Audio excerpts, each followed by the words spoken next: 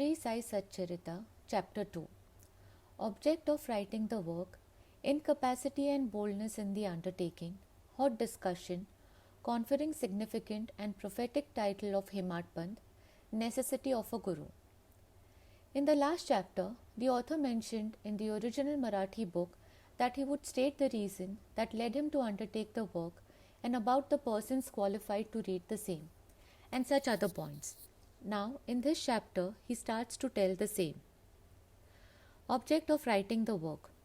In the first chapter, I described Sai Baba's miracle of checking and destroying the cholera epidemic by grinding wheat and throwing flour on the outskirts of the village. I heard other miracles of Sai Baba to my great delight, and this delight burst forth into this poetic work. I also thought that the description of these miracles of Sai Baba would be interesting and instructive to his devotees and would remove their sins. So I began to write the sacred life and teachings of Sai Baba. The life of the saint is neither logical nor dialectical. It shows us the truth and great path. Incapacity and boldness in undertaking the work. Hemadpant thought that he was not a fit person to undertake the work. He said, "When I do not know the life of my intimate friend, nor do I know my own mind, then how can I write the life of a saint or describe the nature of incarnations which even the Vedas were unable to do? One must be a saint himself before he could know other saints. Otherwise, how can I describe their glory?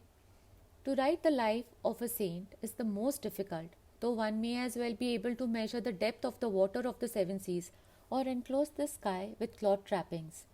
I knew that this was the most venturous undertaking which might expose me to ridicule. I therefore invoked Sai Baba's grace."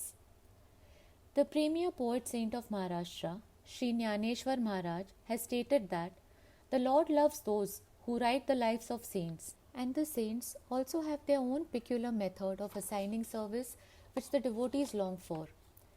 The saints inspire the work. The devotee becomes only an indirect cause or an instrument to achieve the end. For instance, in 1700 Chaka year, the poet Mahipati aspired to write the life of saints. Saints inspired him and got the work done. So also in 1800 Chaka year, Das Kanu's service was accepted. The former wrote 4 works: Bhakta Vijay, Sant Vijay, Bhakta Lilamrut and Sant Lilamrut, while the latter wrote 2, Bhakta Lilamrut and Sant Kathamrut, in which the lives of modern saints were described. In chapters 31, 32, 33 of Bhakt Lilamrut and in the chapter 57 of Sant Kathamrut, the life and teachings of Sai Baba are very well depicted. These have been separately published in Sai Leela magazines number 11 and 12, volume 17. The readers are advised to read these chapters.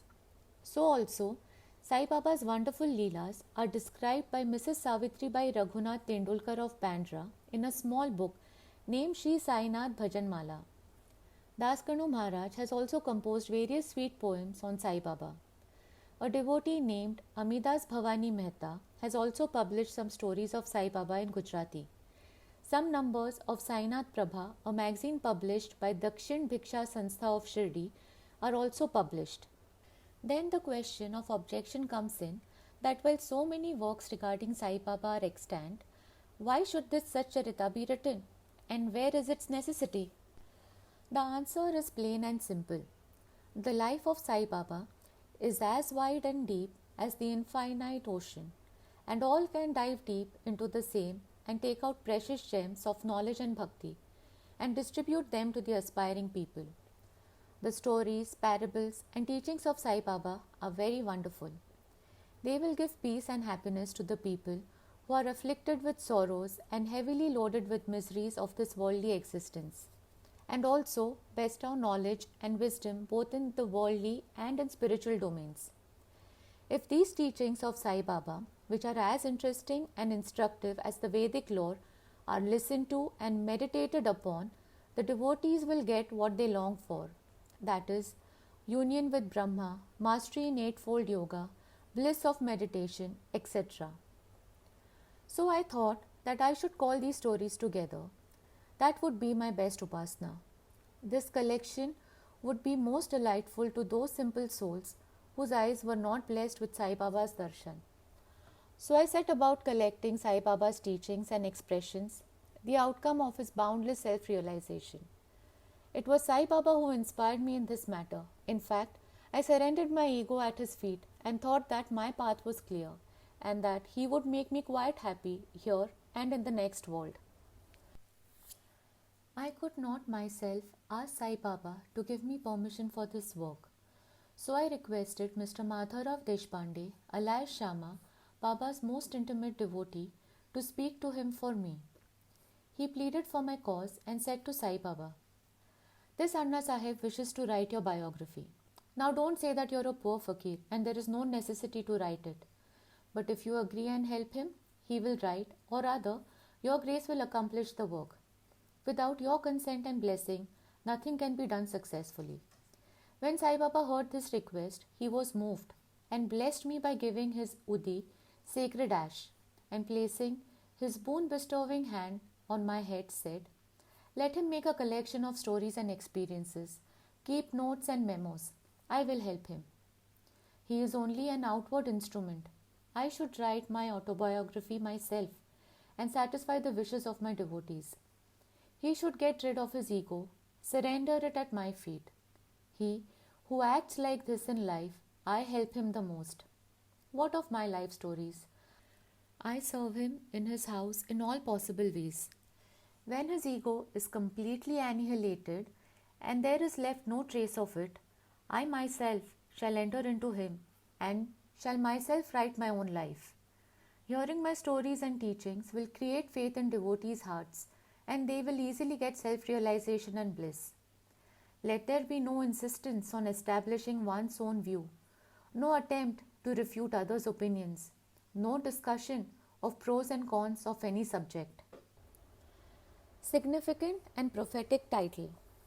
The word discussion put me in mind of my promise to explain the story of my getting the title of Hemadpant, and now I began to relate the same. I was on close friendly terms with Kaka Sahib Dikshit and Nana Sahib Chandorkar. They pressed me to go to Shirdi and have Baba's darshan, and I promised them to do so. But something in the meanwhile turned up which prevented me from going to Shirdi. The son of a friend of mine at Lonavala fell ill. My friend tried all possible means, physical and spiritual, but the fever would not abate. At length, he got his guru to sit by the bedside of his son, but this too was of no avail. Hearing this, I thought, what was the utility of the guru if he could not save my friend's son? If the guru can't do anything for us, why should I go to Shirdi at all? Thinking this way, I postponed my Shirdi trip. But the inevitable must happen.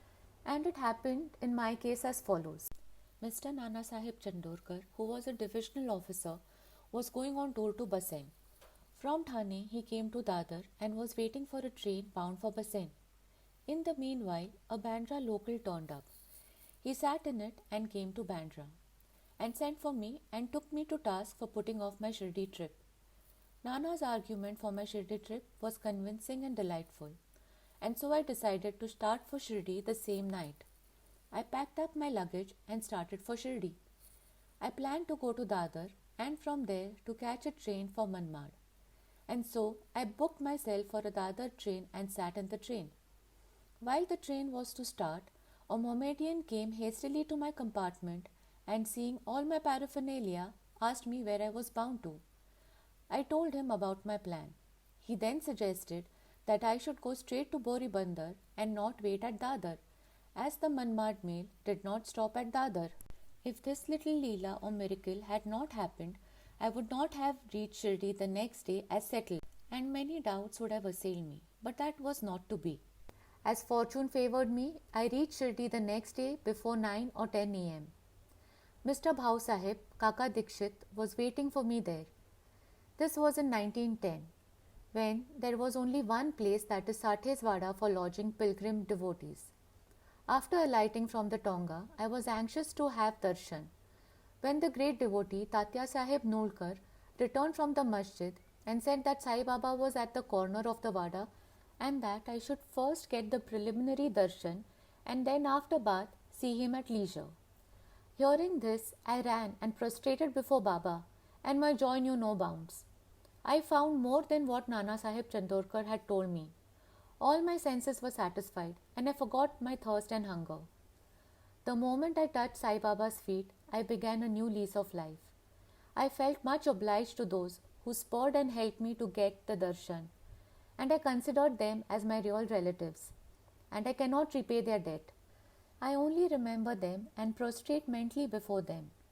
The peculiarity of Sai Baba's darshan, as I found it, is that by his darshan our thoughts are changed. The force of previous actions is abated, and gradually non-attachment or dispassion towards worldly objects grows up.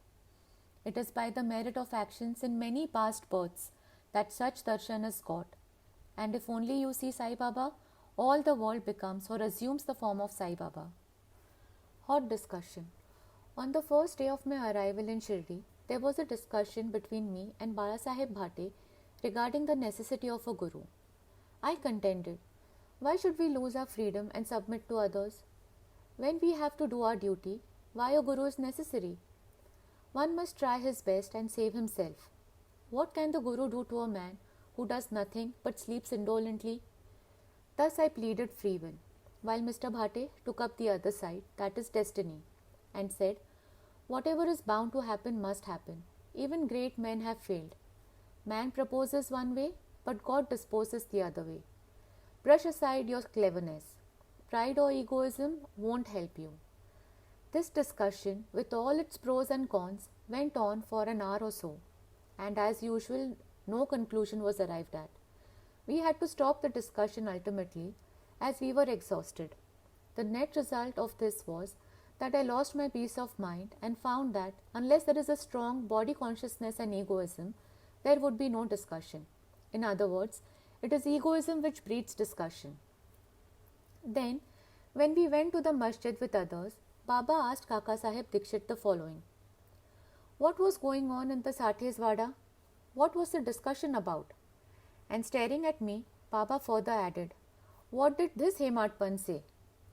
Hearing these words, I was much surprised. The masjid was at a considerable distance from Sathewada, where I was staying and where the discussion was going on.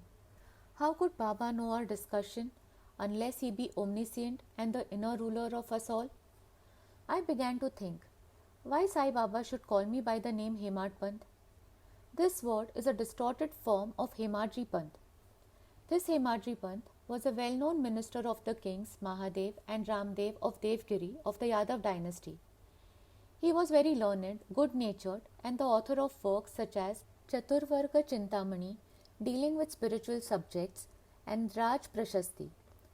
He invented and started new methods of accounts and was the originator of Modi Marathi shorthand script. But I was quite the opposite, an ignoramus and of mediocre intellect. So I could not understand why the name or title was conferred upon me. But thinking seriously upon it, I thought that the title was a dart to destroy my ego, so that I should always remain meek and humble. It was also a compliment paid to me for the cleverness in the discussion. Looking into the history, we think that Baba's word, calling Mr. Dabholkar by the name Hemadpant, was significant and prophetic, as we find that he looked after the management of Sai Sansthan very intelligently, kept all the accounts nicely, and was also the author of such a good work, Sai Satcharita, which deals with such important and spiritual subjects such as dhyan, bhakti, dispassion, self-surrender and self-realization. About the necessity of a guru. Hemadpant has left no note, no memo about what Baba said regarding this subject, but Kaka Sahib Dikshit has published his notes regarding this matter. Next day, after Hemadpant's meeting with Sai Baba, Kaka Sahib went to Baba and asked, Baba, where to go? Baba said, high up. Then the man said, where is the way? Baba said, there are many ways leading there. There is one way from here, Shirdi, also. The way is difficult. There are tigers and wolves in the jungles on the way. I, Kaka Sahib asked, but Baba, what if we take a guide with us? Baba answered, then there is no difficulty. The guide will take you straight to your destination, avoiding wolves, tigers, and ditches, etc. on the way. If there is no guide, there is the danger of your being lost in the jungles or falling into ditches. Mr. Dabholkar was present on this occasion, and he thought that this was the answer Baba gave to the question whether Guru was a necessity, White Sai Leela Volume 1. And he thereupon took the hint that no discussion whether man is free or bound is of any use in spiritual matters, but on the contrary, real Paramat is possible only as the result of the teachings of the Guru, as is illustrated in this chapter of the original work in the instances of great avatars like Ram and Krishna, who had to submit themselves to their Gurus, Vasishtha and Sandipani respectively, for getting self-realization, and that the only virtues necessary for such progress are faith and patience. White Sai Satcharita Chapter 2, 191-192. Bo to Sri Sai, peace be to all.